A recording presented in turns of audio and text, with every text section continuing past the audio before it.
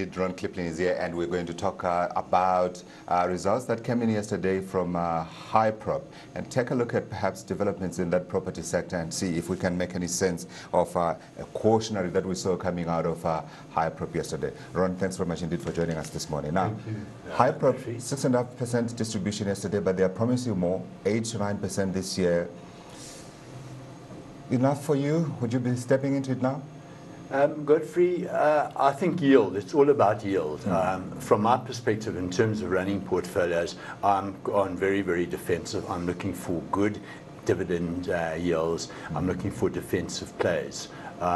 If they are promising that sort of increase, or that sort of quantum, then they are starting to see perhaps fairly near the bottom of the cycle. Although vacancies are still going to be sticky, they might rise further. But to all intents and purposes, if you look at things like car sales and some of the change, the cash change, the truers of this world, things are starting to pick up very tentatively off a very, very low base. Yeah. Now, one of the issues that was raised last year, and I think in the previous years, a lot of people had been saying, we're seeing a lot of build-up of these huge shopping malls around Gauteng, around all the other provinces around the country. The suggestion was that we're beginning to see a situation where perhaps we may be over-traded. Are they suffering from that, and do you think that will be a factor going forward? I think you're quite right there, Godfrey. I think we've seen too many developments of malls at the moment. The guys who I think are going to be the winners in the end are the big regional malls and the super malls. If you have a look at things like Southgate, where you've got an enormous basin going south of Joburg, it services I don't know how many people. If you look at Canal Walk, which has been an absolutely roaring success and started off really under a lot of stress and pressure, it's been expanded many, many, many times. Look at the other constituents, the Hyprop portfolio. Look at Rosebank on the Gauteng route. They're looking to expand that. They do have traffic flow from the Cinema Nouveaux. If you look at Hyde Park, which is very much an upmarket area, also flows from the cinemas and the like. That's a niche in the market. So I think you've got to be very, very careful in terms of the quality of the underlying property company that you're buying. Yeah. So now, as that activity begins to pick up, I suppose we also begin to see interest coming back into loan stock companies like Hyprop. And interestingly, yesterday we had Hyprop coming up with a cautionary and saying that Redefine, who hold about a third of Hyprop, are thinking about doing something. What do you think Redefine wants to do? Take Hyprop private?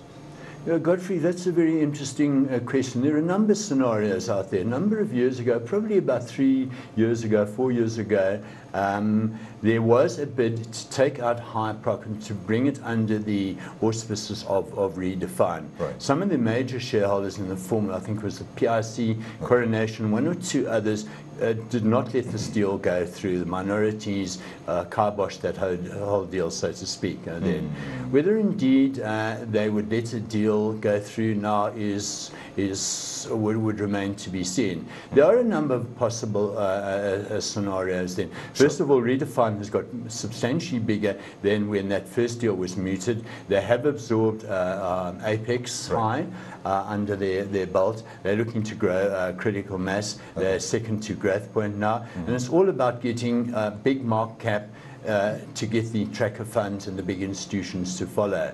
The other scenario, and this is a bit of a thumbsuck, if you have a look at the whole Dubai World situation and their big stake in looking at the waterfront. There has been loose talk that the Dubai situation is not going to turn around. They want to get rid of non-core assets. The waterfront is perceived by some to be a non-core asset, and perhaps in the guise of Hyprop and partners, Redefine and other quoted companies, all taking a slug and buying out the Dubai investors in that. Indeed, who knows? We could well see it, but I suppose we'll be watching out and seeing who's going to be raising funds and perhaps trying to boost up their watches, and then we can try and follow that. But just one other point, you know, if you look at Hyprop, the gearing is only about 14%, which gives them a lot of scope to gear up and to make make some fairly large acquisitions, and that in itself might well be quite attractive for Redefine,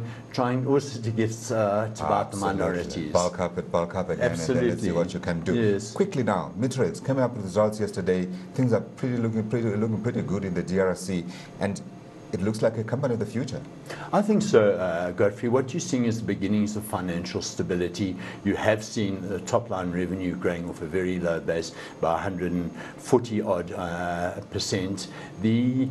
If you take out the hedges, the cash earnings per share, we're about 12-odd cents a share. We have a rights issue, which is going to be opening in the middle of March, 750-odd million. There's a right to increase that to, I think, another 200-odd million. It looks like there is interest in that. The new management in the form of Terence Goodlace is a guy who's been in the mining industry for many, many years. Yeah. There's a hands-on situation. There's now accountability, and things are starting to run very, very well now. I'm actually beginning to think maybe things will begin to run so smoothly that some of the bigger players might start looking around and thinking, this is interesting, because the DRC has been stable for a while, but